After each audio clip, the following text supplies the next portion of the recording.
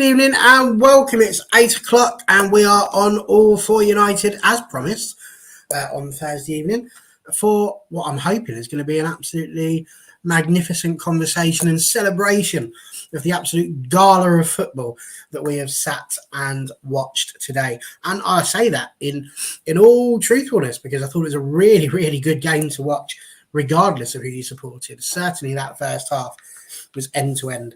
And had just about everything you could possibly want. But, three people here with us. Brilliant to have them here. Kicking off with, of course, Dan over there to my right as I'm looking. How you doing? I'm going to unmute you now, Dan, so that we don't have the problem we normally have. How you doing, Dan? Everything all right? Yeah, living the dream. It was a good day today, wasn't it? It was a good day. It certainly was a good day. And what was your general thoughts of the entire match?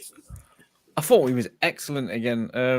And considering obviously I was on the one after the Newcastle game where we was all a little bit frustrated by what we'd seen. The turnaround in form is absolutely crazy considering how rubbish we were against Newcastle, how good we've been in the last two.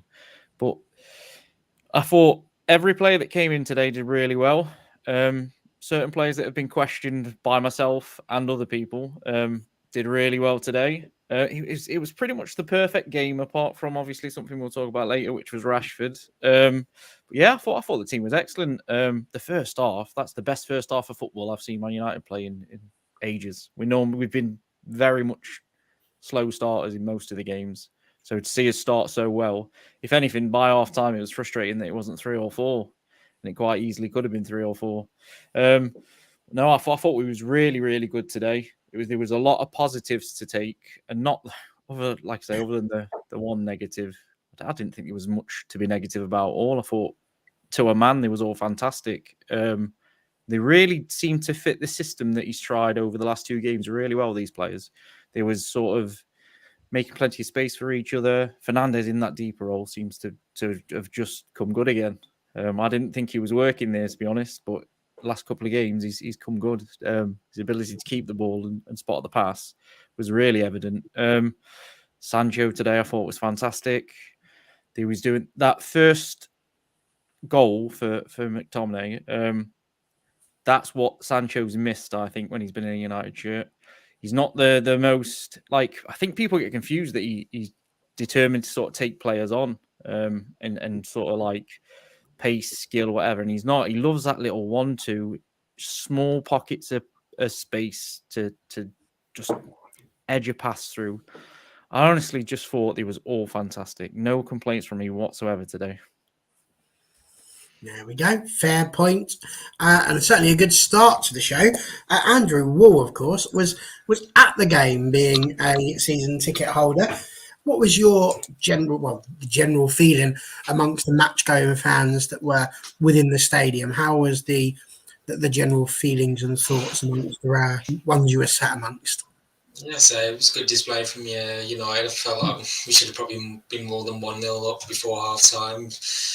I have to give credit to Jordan Pickford. He kept 3 or 4 clear-cut chances of ours out. So keeps keeping Everton within the game. So I think first half we had 6 shots on target and missed 6 big chances as well. So it was like we could have blew away Everton, but it was probably the perfect opportunity where we could have bolstered our goal difference in the league as well. But I just felt, as Dan mentioned, Bruno in that deep line role, just had he's picking the ball up and getting us on the front, and I think he created 2 big chances in the process as well.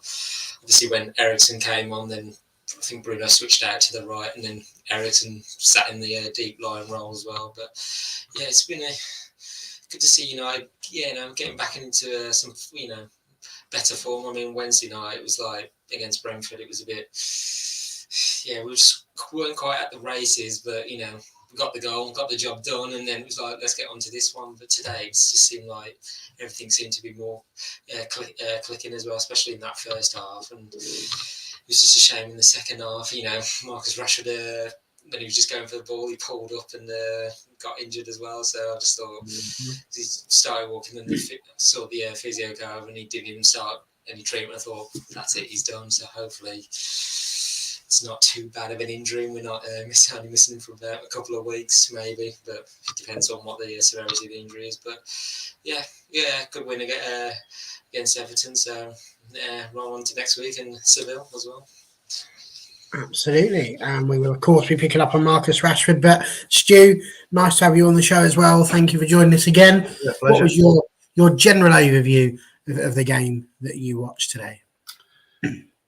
Yeah, look, it was one of those games where finally our secondary midfield partnership came to light. I think everyone can see now that the Sabitzer-McTominay partnership is a great understudy to the Casemiro-Eriksen partnership, irrespective of whether you play Bruno as an 8, a 6 or a 10, because at the very, very beginning, Sabitzer started as a 10, but he's a rotational midfield player.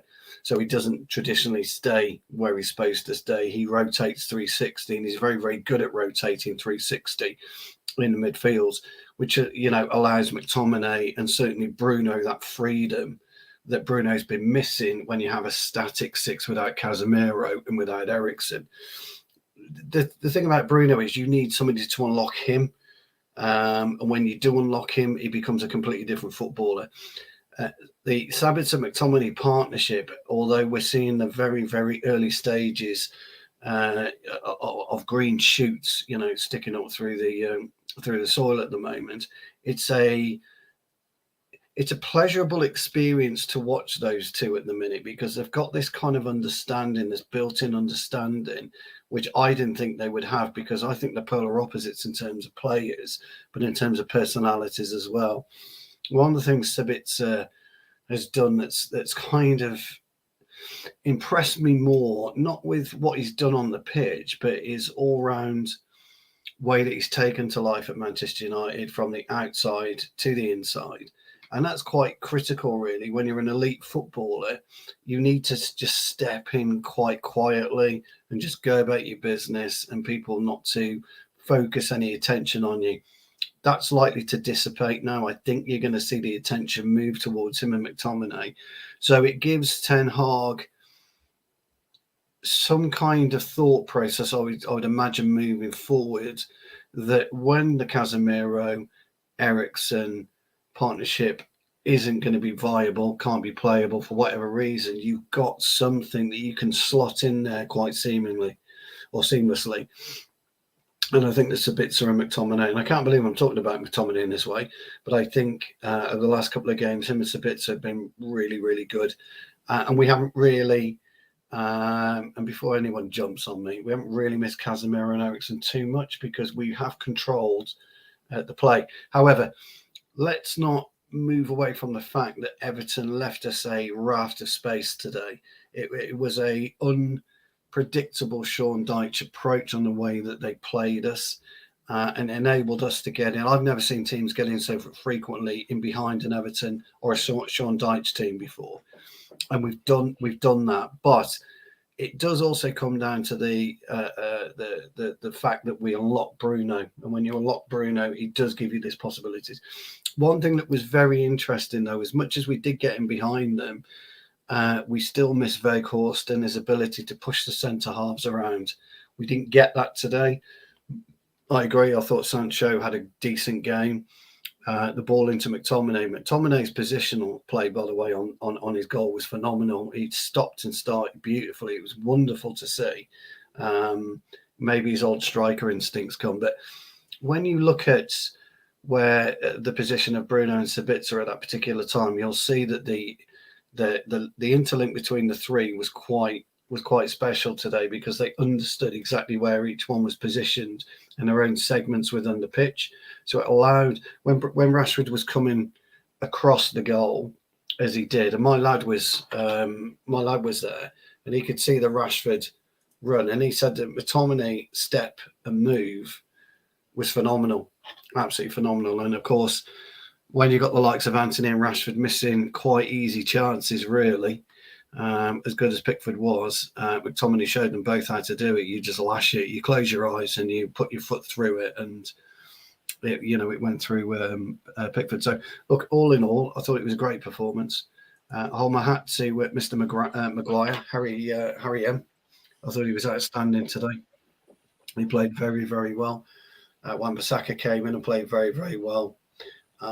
Sancho came in and played well. It was an interesting game, and I think Everton won't be too disheartened because I don't think Dyche really thought they would come and get 3 points today. Okay. Well, Dan, we spoke on Thursday at length about Marcus Rashford. In fact, we spoke at length really on two players. It was what we managed to do on Thursday, which was extraordinary scenes, I have to say. Marcus Rashford made his 350th appearance today, which was quite noticeable in itself. He had a plethora of chances, 21 shots we had on goal in that first half, which is more than any other team has managed in the Premier League half this season. He had quite a few of those opportunities. He did do an assist for Anthony Martial. We were talking a lot about how we're worried about what happens if something happens to Rashford. So some are going to blame us. It's probably our fault that Marcus Rashford pulled up in the manner that he did. What did you make of his performance? He's not on the score sheet today, and how badly we're going to miss him. Even though it's a 10-day one, or 10-day, 2 week, it's still going to be basically no severe for Marcus Rashford. We obviously going to miss him because of what he's done this season. I think this question mark's been above Rashford for a few years in terms of his conversion rate, let's say. This is why I've always thought he's better off the left and not through the middle. I think he's not the most natural of finishers. We was talking on the last show about Benny McCarthy. Must have sat down and done some work with him because the finish against Brentford, the side of the foot finish, is not something he would have done probably last year. Would have lashed it a bit. So I think he's always had this sort of issue for the last few seasons. But to not taking anything away from him, he's still a fantastic player. But we spoke about how other players they've got to step up. They've got to step up anyway. If we're going to win something else, they've got to step up anyway. So we basically just need that to happen now. Like we said on the last show that Martial coming back to fitness, he's going to do it to us again. He's going to play well to the end of the season. Everyone's going to think that there's a player in there somewhere, and then he's going to break down with injury. So we need to just hope that that doesn't happen this time, that Martial can sort of step in, Sancho can step up a little bit. I think Ten Hag's seen something from a few of these players. We was talking about rotation, how they have to step up on rotation. I think we've seen something from these players. I took an absolute pelter the other week because I suggested that Malacia, Maguire, and Wan-Bissaka should come into the back four, and I was told that it wouldn't work. We would concede too many. They're not good enough players, etc. And they've come in today, and they was all fantastic to a man. Obviously, we won't talk too much about Maguire on this one, but I personally didn't think. I thought he was excellent again in terms of a solid 7 out of 10, which is what he's been since the World Cup. He's been a solid 7 out of 10. He's come in, he's done his job. He's no major issues, nothing special. Just a solid centre back, and the same can be said for Malacia. So, I've seen someone tweet today in regards to Malacia saying that he wasn't that good today. I thought he was excellent going forward and defensively. I thought he was really good. And he's seamlessly come in and he's covered Shaw that's injured. I personally thought Shaw was a bit out of form as well. But yeah, in regards to Rashford, we're gonna miss him. It's good. It's one of them things. But if we want to win another trophy and we want to close out the top four, we need players to step up. It can't all be about Marcus. We were saying on the last show that the most consistent teams can spread goals out. I mean, I use City as an example. Obviously, Haaland's gone on another scoring run today. But even then, Alvarez has come off the bench and scored a goal. Jack Grealish is setting up goals now. De Bruyne's at it again. We need more players to chip in. There was an argument that maybe Rashford could have come off instead of Anthony today. But Ten Hag touched afterwards that basically, if there was any sign that he was struggling with an injury, they probably would have took him off. There was no signs, like medical-wise, that he could have or should have really pulled up with an injury. It's just one of them, innit? He's played a lot of football. It's just a bit unlucky. It always seems to be when players are stretching that these impact and groin injuries happen. So it's a massive shame, but I genuinely think that there's enough in the Man United squad that we can cope without him for a short period. Just a short period. I'm hoping it's not too long, maybe 1 or 2 games max. But I think there's enough there that we can get through it. Interesting. It was like I say, it was a really dodgy moment, wasn't it? You just saw him jump up for the ball, and as he landed, he seemed okay. Then he's pushed off to accelerate towards the ball, and you just see it start to go, which was a real shame for him, and especially with the form that he's been in. Andrew, Dan mentions here about how he was really composed midweek, side-footed the ball into the net in a way that we wouldn't have seen before. Stu mentioned that Scott McTominay showed us how it should be done today. Just sort of close your eyes and hope and larrup your foot through the ball, which is what Dan's saying Rashford did before. Is it more his decision-making when he gets to those positions? Because generally, I think he's been quite good in those positions. Was it poor finishing from United today, or was Jordan Pickford just that good? I'd say it's probably a bit of both. Jordan Pickford's saving Everton, keeping him in the game, but also we were a bit wasteful in front of goal as well. So, yeah, the win is a great result, but it's almost like United are going to improve on the goal front as well, and we've got such a tough run of games to come as well. So, say Rashford pulling up there, it's just like he's been the main man this season, so we have been relying on his goals. So, in some ways, glad that Martial's back, but he's got to start scoring now, Martial as well. I mean, Weghorst, as much as I like him, he's good. He's not scoring the goals we need, but it's just, I'm just hoping for Rashford it's not going to be, too long, time out. I can see when he was attempting to control the lofted ball, but then as soon as he I was like, you could just see him there holding his groin. He was like, no, you're not coming back on. So it's just, you could just see it as he was walking down, the discomfort he was in. So yeah, it's just, hopefully it's not going to be too long out. But yeah, that's, it's just highlight the fact in the forward line that, we can't just rely on one person to get all the goals. We need, let's say, another centre forward striker that's going to get those 25, 30 goals for us. But yeah, that's something to look in the summer for. So yeah, it's just, I just think the next run of games, we're just going to have to manage as best as we can, and hopefully, even if we're just grinding out 1-0 result, 1-0 victories, I'll take that as long as we're winning. So yeah, we'll see what happens. Absolutely.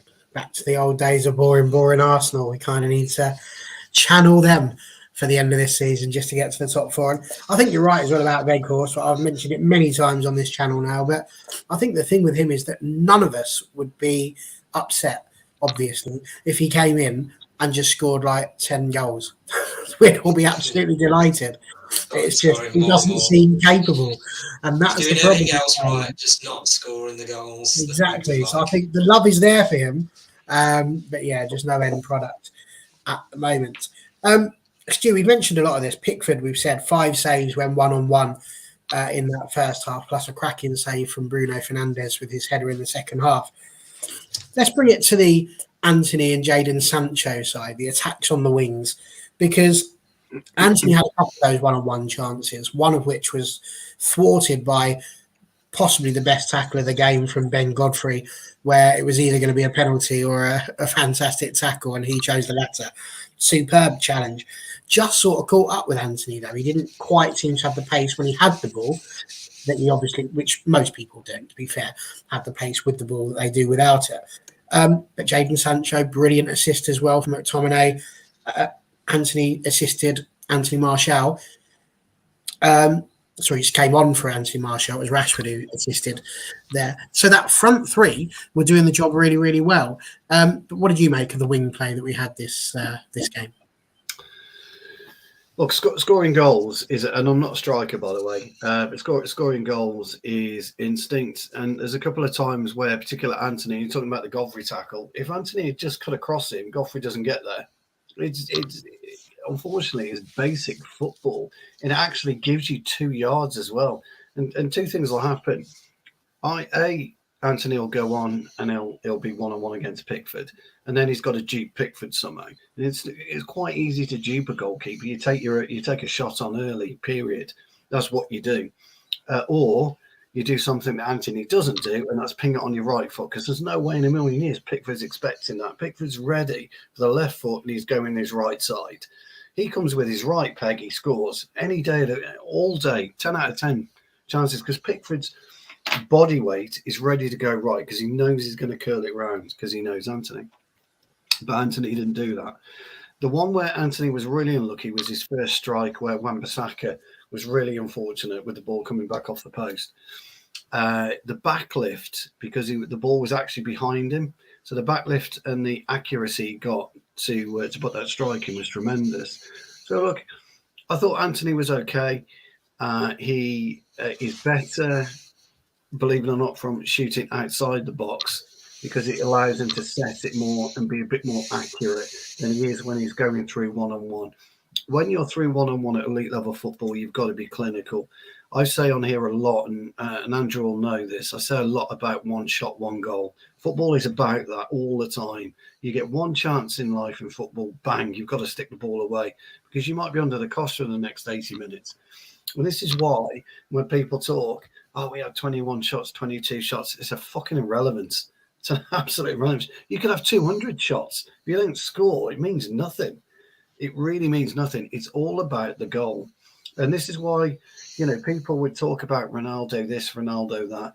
There were times last season, and again, Andrew will know because I raved about it, the Arsenal goal away, where he took it on the chest between two centre defenders, and then lifted it over the goalkeeper.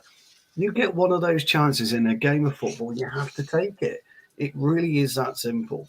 And we don't have that at the minute. We need this striker that's got an instinct within he lives and breathes in the 6-yard box. That's what we need. However, let me be clear about something. We don't have the wing play to allow us to have a 6-yard poacher or a 12-yard poacher, penalty spot onwards, because the ball never comes in. We never get the ball crossed, and this is where Weghorst is suffering a little bit. His work outside the box is brilliant. The way that he pulls central defenders around is brilliant. The way that he creates spaces is brilliant. But when he does find himself in the box, the ball isn't being delivered quickly enough for him to be able to be a bit more comfortable, should I say, in the area. With Sancho, Dan was right. His game isn't to take on players. His game is to be a bit cute, a bit intricate.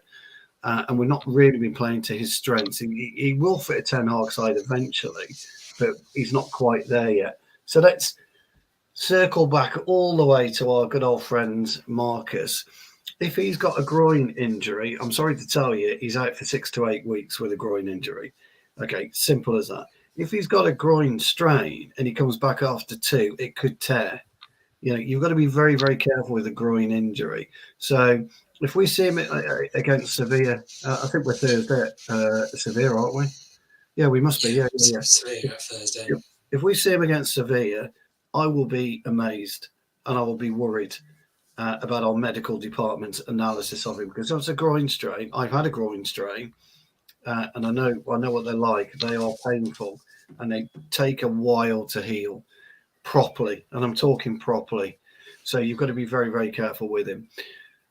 What his problem is again, instinct. You've got to have instinct. When he went through one-on-one, although he was wrestling with the defender and he had to take his shot early, he still went. And if you look at Pickford's position, he knew he was going to take it with his right peg, and Pickford knew he had to go to his left. Okay? If he sliced it with the outside of his peg, he scores. If he goes to Pickford's right, he scores. And this is where an elite striker knows what to do. He knows the dimensions of the goal. He knows where the goalkeeper's going to go.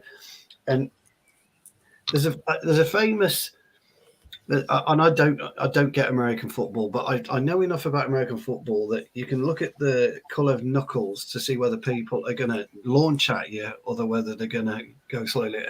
You could just check the goalkeeper's positioning. That's where you've got to be quick, sharp. What's his positioning? Where's his standing foot? Is he going to go left? Is he going to go right? Because I'm going to go opposite way. You've got to make the goalkeeper almost turn the opposite way. And if Rashford had done that a couple of times and Anthony had done that a couple of times, Pickford doesn't have the worldy game that he had. Really, I thought the Fernandes header was great. The Bruno header, I thought it was a good save. Yeah, striking is about thought more than anything. Really, it really is. It's speed of thought, and that's why some of the best strikers, their ratio, their Haaland, for example. You know, his hit ratio must be 1 in 2, but I'd be amazed if it isn't 1 in 1. Actually, with the games that he's missed, he must be scoring a goal a game, surely. It's pretty much a goal a game for Dortmund. It must be a goal a game for City because what's he on, 30 Premier League goals?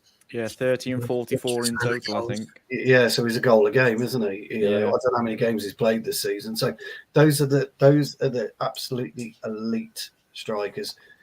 And they're watching the goalkeeper before they're making up their mind. It's that speed of thought on what they're going to do. And that's what sets strikers apart, really. Absolutely. It's all decision making wherever you are on the pitch, really, to be fair. It's always the right decision if you make the right decision. Like you just said, you're going to look elite, you're going to be fantastic, everyone's going to love you. You make the wrong decision, it goes very much the other way. Dan, talk to me a little bit about the midfield. Obviously, Stu's mentioned already about Bruno Fernandes going into a slightly deeper role than normal. He says you can play Bruno as a 6, an 8 or a 10. Presumably he thinks you can't play him as a 7, a 9 or an 11 because that would be odd. It's a good gag there for anyone that felt like they wanted to watch that one. Rewind it back. Just go back to your primary school numbers. It's there for you. Yes. But how did you feel that midfield worked? Because I know people have been really worried about Scott McTominay. I would put him up there as one of my top 4 for man of the match today. I'm not saying he's consistently like that, but I thought he was superb. I thought Scott McTominay was the best player on the pitch today, myself. I really did. I thought he was excellent.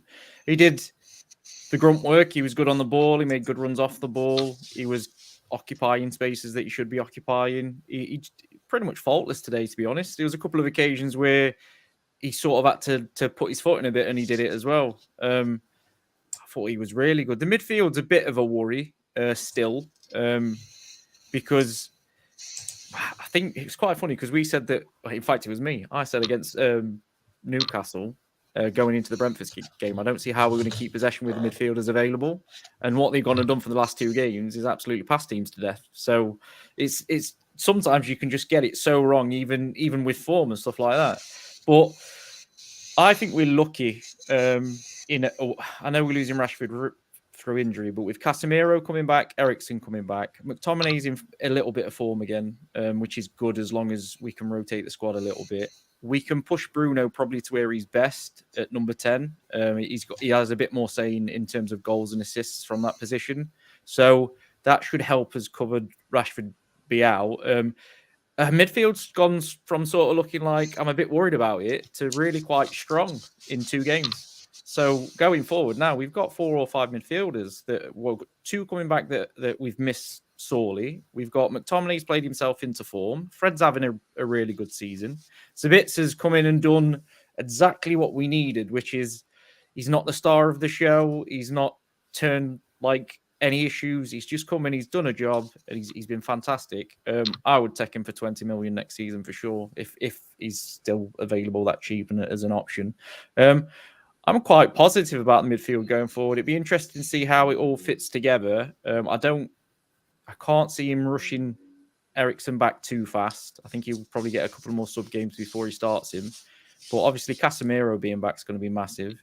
It comes down to the whole thing though. We've got, I would say, our best 11 again is not going to get to play together because now Rashford's injured. So at no point this season have we managed to put out what most would consider the best 11. We just need to hopefully avoid any more injuries now. We've got enough players in form in the squad to be able to rotate as much as F wants to rotate and hopefully avoid more injuries. Fair points. I mean, Andrew, obviously Dan's just mentioned them all. Scott McTominay, Bruno Fernandes, Sabitzer has managed to play today as well. We've got Fred, we've got Eriksen, we've got Casemiro, all as options. Donny van de Beek obviously is still potentially going to come back and play at some point, potentially, because we know that he has played under Ten Hag, so he would have seen something that he likes there. I think, though, the question that I kind of wanted to pose to you here was that we mentioned a little bit about James Garner being sent off at the beginning of the season. Taking everything into a whole now, looking at the way the whole season's gone, and especially today, because we got to see him for 30 minutes, do you think that James Garner would have made a difference to our midfield this season, or do you think maybe it was a little bit of hype that just went a bit too far? It's a bit of a difficult one with James Garner. We knew he had the potential, and I think I can't remember who said it or labelled him like the next Michael Carrick, which is, you know, something to live up to. But but then he never got that. I mean, he did well at Forest on loan. Just stepping up to United, it's just another level. I just think there's those above him that he couldn't, you know, bypass, and it was like he was going to be sitting on the bench more often or not even in the match day squad. So probably, and I wouldn't want to deny a player playing time. You want to go, and especially at that young age, you don't want to be, you know, you want to be out on the field. You want to be, you know, part of the team, influencing the play as well. So then again, at Everton, he's not had much, you know, game time there. So it's like, will he stay at Everton or try and move on as well? Because I just think it's not worked out for him so far. And I just think in terms of our midfield as well, I mean, talking about Scott McTominay, it's just like he goes and have the good couple of games and then he'll go slightly missing, like the Newcastle one. Well, most of the players weren't missing that day, but I mean, I want more from Scott McTominay. I want the consistency, but like with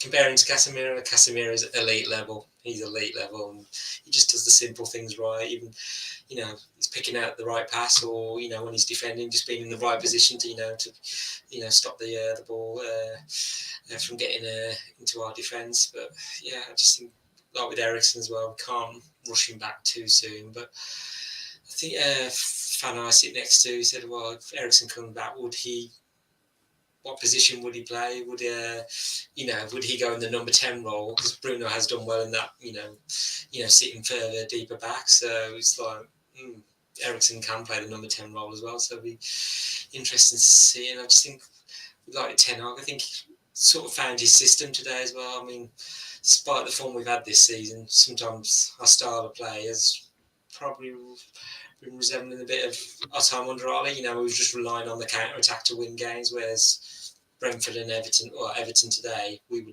dominant and controlling our performance with, passing the ball around, and just, outworking the opposition. So, and obviously having the midfield set up, having Sabitzer further forward as well, just, great reward today. So, I know it's an interesting going forward, what Ten Hag, he does with that midfield as well. So, but yeah, it's one of those.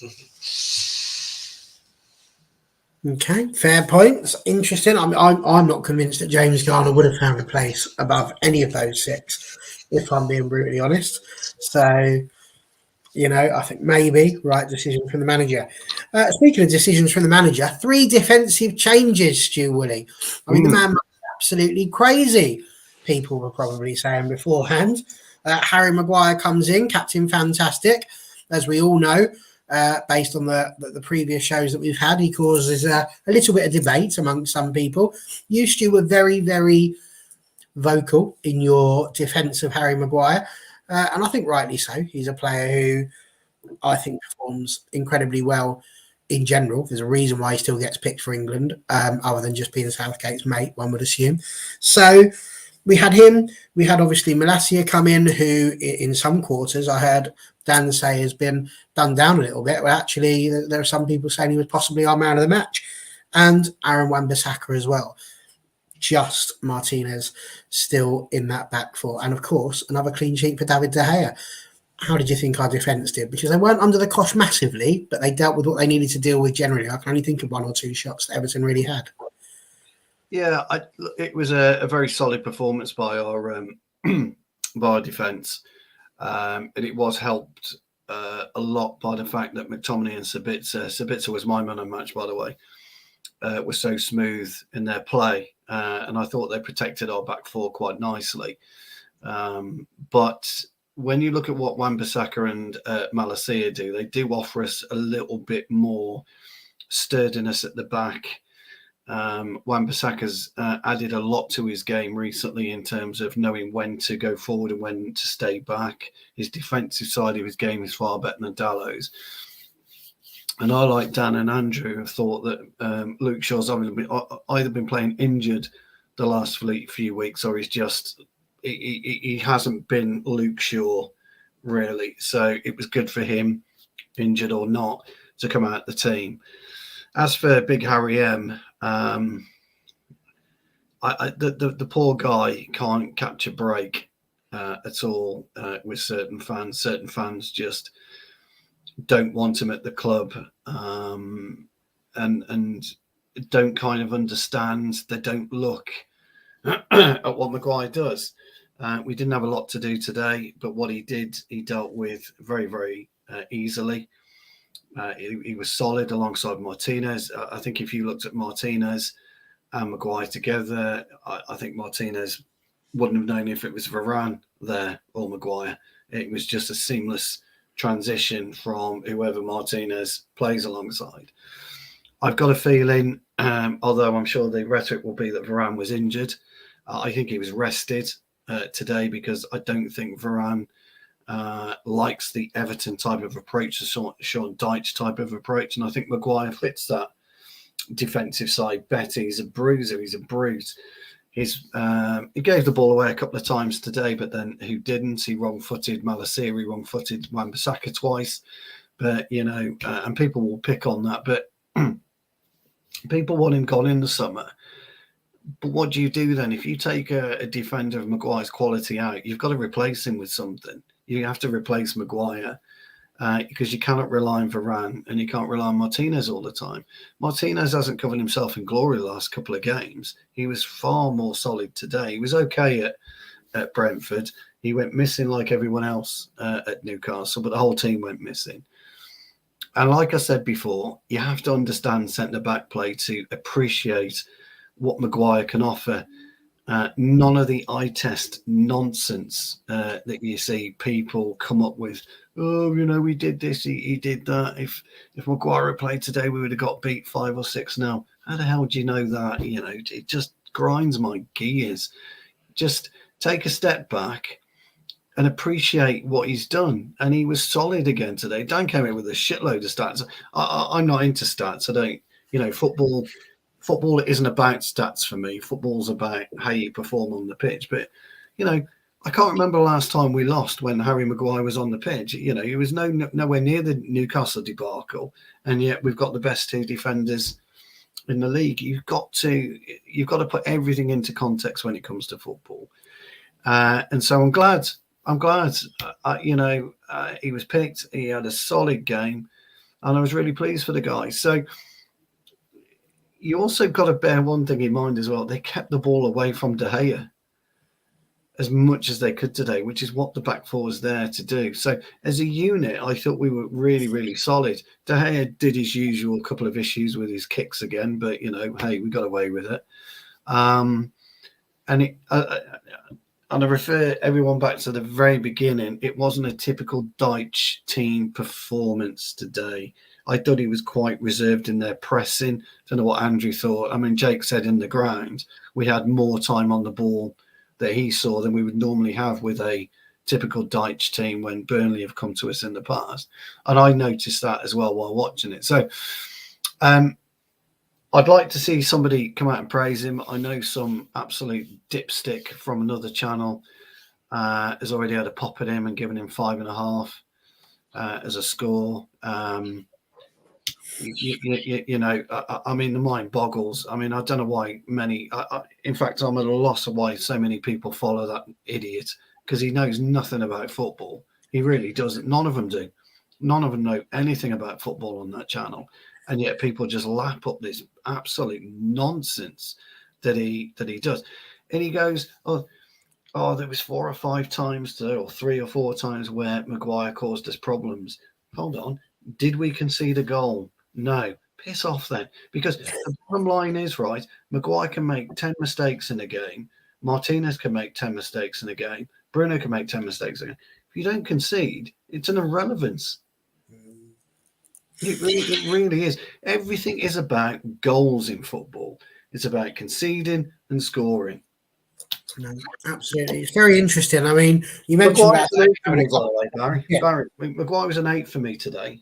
an 8. Would you say Yeah, he's he world class? No, an 8, a solid 8. Martinez was a solid 8. Wan-Bissaka, I would have given an 8 to, and I'd given Malacia an 8. My man of the match was Sabitzer with a 9. Yeah, I think lots of them were really, really good. But you mentioned about De Gea there, and there was one moment where they seemed to have this thing where like the two centre backs were there to take the goal kick and then gave it to De Gea. And my heart did go into my mouth slightly. So I'm thinking, why are we trying this? Did we not learn from midweek? And I watched it fully, and it ended up being a shot on goal for United. We built the play from the back. So I do wonder if sometimes we just, in the highlight generation that we're in, we just look at, oh, well, that was in the highlight reel, so therefore De Gea's had a mare. Whereas actually, it's not always telling you the whole story of the whole game. But what do I know? So, quote of the day, I think, is what Connor's trying to say there. I'm presuming that's what cottered means, either that or he's had too much to drink today. So, one of the two. We'll see what it is. I just wanted to briefly talk to you about the substitutions because, Dan, as you mentioned, Christian Eriksen has returned. How important do you think that's going to be going forward for this team? Well, it's just massive.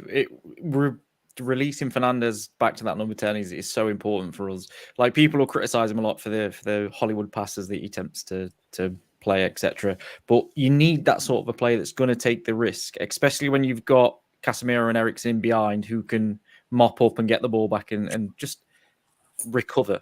We're at such a big point of the season that we really, really need to get these players back in quickly and so like no issues going forward. Connor, don't half make me laugh. But yeah, it's good to have him back. It's going to be good to have Casemiro back, and then I think it's just important for the rotation because I've been quite critical in terms of F's rotation, and he tends not to do it, and it's just going to give him a few more options, and we're going to need it. With so many important games coming up, it looks like there's going to be a race for top 4. If we can just sort of tick off a few more wins, we're a bit more comfortable with the teams playing each other. But Eriksen's going to be massive. I know Dan that comes on the channel thinks Eriksen's a bit of a liability, but I think we've shown to have missed him in the way we've played. And I don't necessarily think it's against your Evertons and your Brentfords where we're going to like show that we need him. It's more against your Newcastles, your Chelseas, your Spurs. He's a big game player that knows how to be in control of big games. And when it's important to recycle the ball backwards, forwards, try and pick out a fancy pass. He's going to be massive for us. I think he'll definitely stay next year as well. It's going to be interesting to see how the midfield lines up. It looks on paper that we can put out probably the midfield 3 that most people would pick, which is going to be one of the first times this season that it can be done. And it'll be good once we can do it. Just hopefully there's no more agendas or difficult decisions in regards to Casemiro going forward. He just needs to be calm. Absolutely. I know Stu's got a dip very shortly. So I'm going to ask you just to explain why it is that Sabitzer was your man of the match before you go. What was it you felt that he did better than anybody else on the park today? Do you know, it wasn't his overall play, it's his personality, his persona. And personality and persona is just as important as your overall play. I thought potentially Bruno was better in terms of his on-field play. But when you look at Casemiro sometimes, and it's a good example, Sabitzer and Casemiro. When you look at Casemiro and you look at the way that he holds himself and the way that he conducts himself on the pitch, forget about the issues he's just had recently, that's tiredness and the league. As it happens, he doesn't quite know the league yet, and it's just tiredness and league. Sabitzer holds himself in that similar regard, the way that he positions himself at the right moment where he can read the game better than McTominay, bless him. Although McTominay's playing quite well, but you don't need McTominay to read the game. You need Sabitzer to read the game, or you need Casemiro to read the game. You watch Casemiro when he takes his 2 and 3 yard steps and then stops. His head's on a swivel and he's moving players around. Sabitzer does something very, very similar, but he's not as brash with his hand movements. He's like just talking all the time. His head's nodding from right to left, and he's talking and he's moving players around into position. Now, I always talk, again, Andrew will know all this, but I always talk about segment football. So when you look at a football pitch, you just pop it into segments and you make sure that your 4 segments are where you operate at your highest. When you move out your 4 segments, you operate competently because you're there to cover. Okay. But your main 4 segments, this little quadrant that you have is there where you've got to be at your highest because that's your main positional side, your positional play. So Bitzer does that brilliantly. And this is why I call him a 360 midfielder, because he can operate as a 10, he can operate as a 6. People will say you can't operate as a 6, but trust me, it isn't that difficult. It's common sense football. Operating as a 6 is all about your eyes and your brain. It's common sense football because you have to be at the right place at the right time. Sabitzer offers you that. Sabitzer offers a pass and progression, so he can play a nice 8 when he needs to. And he's very, very... he's got a great shot on him. He's very intricate with his passing, and his wherewithal on the pitch allows him to play a 10. So he's a 360 player, and that's why I felt today, in particular, his control of the game, his awareness of the game. Although he didn't see the ball as much as Bruno and didn't operate as a footballing side as much as Bruno, he was brilliant for his overall contribution, and that's why I gave him a 9. I'm not saying. I understand why Bruno was given man of the match, by the way, from the supporters. I think he was given man of the match as well, wasn't he, on BT? Was he given man of the match on BT? I can't remember. Whoever was given. So, yeah, he was on the pitch afterwards getting interviewed. Yeah. Either way, I get it. I can see it because Bruno and Sabitzer operated at equally high level, just a different way of contributing to football. In terms of Eriksen, just before I shoot, guys, in terms of Eriksen, what you saw was a consummate professional, because when he trotted onto the pitch, like he does, he gets the ball and he uses it brilliantly. First time pass, his vision, his control, his use of the football was absolutely tremendous. I don't think he'll start Thursday. I think he should come on the bench. My starting trio of midfielders, I'm sorry for Scott, he'll have to dip out because Casemiro, Sabitzer and Bruno will be phenomenal. You can't push. You could push Bruno up as a one of the front 3 if you wish to, but I don't think that's the right move. You run with Anthony, Sancho, and either. Well, I think you start with Weghorst and you bring Martial on again. So you bring Martial and Eriksen on as 2 great impact subs, as well as maybe someone like Palestri. Well, I thought Sabitzer was great. If we can nab him for 20 million in the summer, or 30 million or 40 million, if we can get him below 50 mil, it's a no-brainer for me, guys. An absolute no-brainer. And that's why I felt he was better. I'm sorry to say that through all that time you were talking about segments, all I could think of was a Terry's chocolate orange. Sorry. Yeah. Well, just when I was 8, our coach put a pitch together and he split them up into segments, and you would have your 4. So if you're playing right back, for example, if you're Wan-Bissaka, you've got 4 little segments, and your segments are a little square from the 18-yard box to the throw-in line or the byline, whatever you want to call it, and then exactly the same circumference right in front of you. And that's where you operate your maximum, so that when anyone comes into your segment, that's it. He's your man. Nobody else comes in unless you want them in. So that's what you do. So you know exactly where you are at any given time. When you come out of your segment, you have to have your wherewithal, because you're covering. That's all you're doing. You're just popping across the cover. It's all zone segments. Yeah, exactly. And that's what you do. And that's how you taught to play as an 8-year-old, as well as the basics. But you're taught to understand. In a nutshell, what it does, it gives you your awareness, your little zone of awareness of where you need to be at any one time. And when you go out your zone, you know exactly where to be. Yeah. And it helps you with your position as well. So Anyway, I bore. Confirm if anyone comes anywhere near my chocolate orange segment, they are well and truly dealt with. There's nothing to worry about there. Thank you so much for your time once again, Stu. He's off to go and be a taxi driver now. So see you later, Stu. See you later, guys. Take care, boys. See you later. Bye bye. We're very nearly done here, but Andrew, I just wanted to ask you about Wan-Bissaka's open goal miss.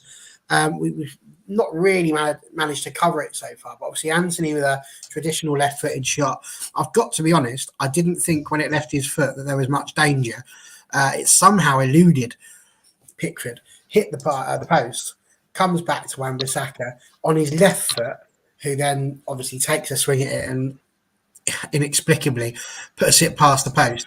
It's because it was his left foot, really, wasn't it? And I don't think he realised he had the time that he had, because he could have taken a touch and then shifted it to his right foot and quite easily put that into the back of the net. But as we said earlier, it's decision making. It's not the easiest thing to do, is it?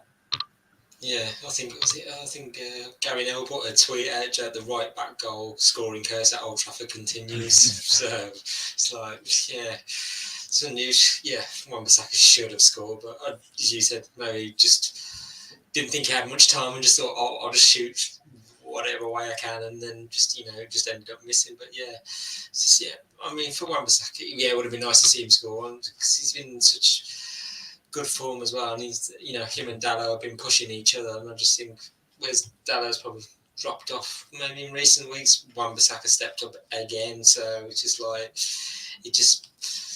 I think Ten Hag needs to decide now which one's going forward is going to be the main right back, because you can't keep. That's just thinking along when you can't keep swapping them around, because they won't get that consistency in form. But what I think Wan-Bissaka over the course of this season, he's got better attacking wise now. It just needs to, I'd like to see if, well, even on that right side with Anthony as well. It's like, yeah, you can keep passing it around the box, but you can cross the ball in. You don't have to, I say, we're not Arsenal. I mean, they have to keep putting the ball, passing it through and into the box, or Barcelona. I'm just like, just get the ball, cross it in, and someone will get their head on it. There is that option. It will, give the opposition something to think, are we going to try and pass it into the box, or are we going to try and cross it? You've got to mix it up a little bit. And I know when Wan-Bissaka was at Palace, because he used to play on the right wing, he used to be literally down that right wing and whipping in crosses for the forwards to get onto. So I'd just like to see a bit more of that. But I know defensively he's solid as a rock. So, but yeah, should have scored, but it didn't affect the game too much. We won in the end. So yeah, all ended well.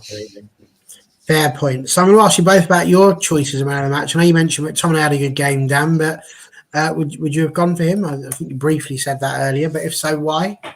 Yeah, I would have said McTominay was the man of the match. I just thought he was excellent in pretty much everything he did. It's the same as what Stu was saying about Sabitzer, really.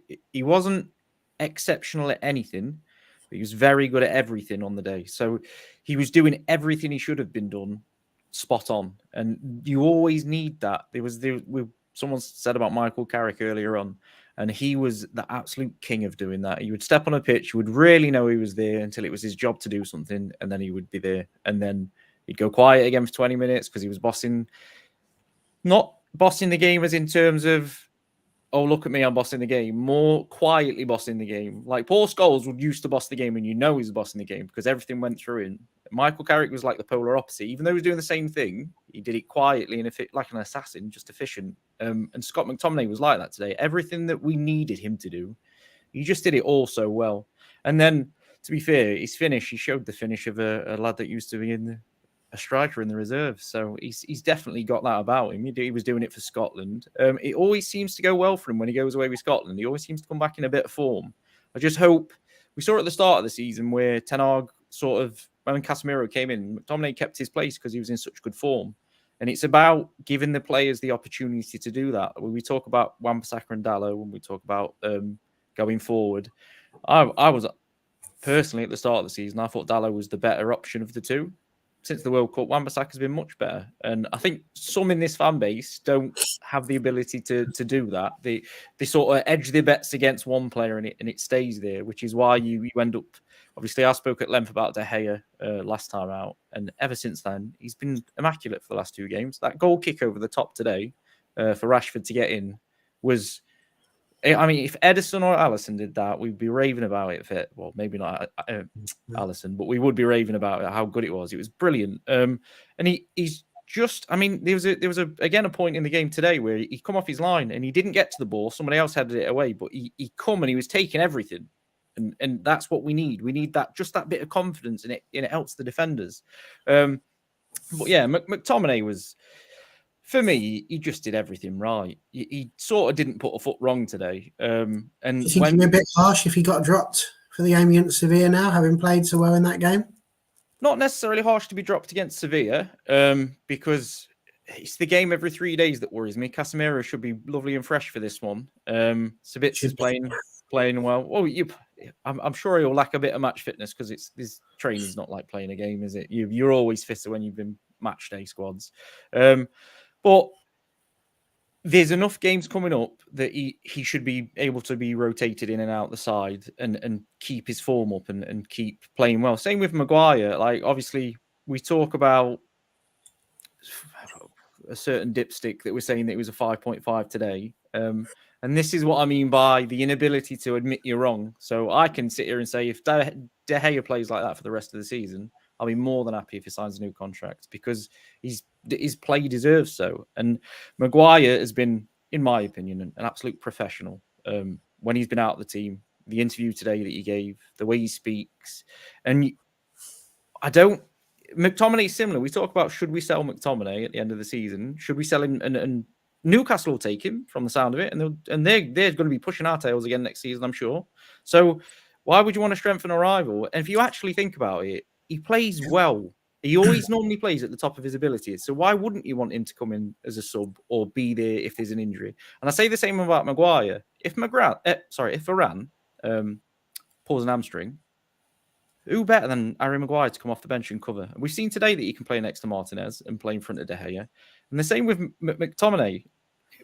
Is there many better that's going to be able to come and do a job in 4 different positions as cover? I always joke that this Twitter fan base from 2023 would have sold John O'Shea, Wes Brown, Phil Neville, just a drop of a hat. And they were so important for us winning trophies. Like you wouldn't believe. Fergie, you think about Darren Fletcher. He would always come back in for the games against Arsenal. He'd then be dropped for Fulham, whoever away. He'd be straight back in against Liverpool because it's that trust. I hope a bit of rotation comes and McTominay gets a bit of game time still because he's playing well and he deserves that. And same with Malacia, same with Maguire. There's that much going on, and hopefully the same as next season, there's going to be that much going on, that there's room for these players. Like Dalot and Wan-Bissaka in particular, I really don't think right-back's a problem. I think they both can push each other enough, and Wan-Bissaka seems to have come on leaps and bounds, that we should keep them both. And we need that. It's a weird mentality to have, but you need that City issue. You need to have a very good player in every position twice. Otherwise, you're not going to challenge for the league. You're not going to challenge for cups. I still think that Ten Hag's going to suffer from his own success this season. There's going to be a downfall at some point, and it's because we're going so strong, so well. And I think that's why we've picked up injuries now and again as well. But yeah, I thought McTominay was class today. I think loads of players were on it today, to be honest. I think you could probably give it to any one of about 6 in total. And this is where the opinion's brilliant, because I've seen loads of different players that, like, people arguing should have thinking. I personally thought Marcus Rashford had one of his worst games in a while today. He got a lot of chances and made some good runs and stuff, but he just didn't seem clinical enough. But yeah, I thought McTominay just edged it for me, but I think Sabitzer would have been a great shout as well. It's definitely interesting, like you're saying. It's good because if you have a number of players that could be the player of the match, it just goes to show how well you've been going. So Connor's already getting involved here with Barry loves a bit of rotation. I do not love a bit of rotation. Generally, I mean, I do. Like if you're rotating your takeaways, you know, one night have a Chinese, Indian the other. You know, you don't want the same thing time and time again. Football is not takeaways. For me, you go your strongest side, whatever that might be. And yeah, you have your people there to cover those injuries and such like. And he's asking here, and we're going to get it. Andrew Wall, who is your man of the match? I'm going to say Scott McTominay as well. I just think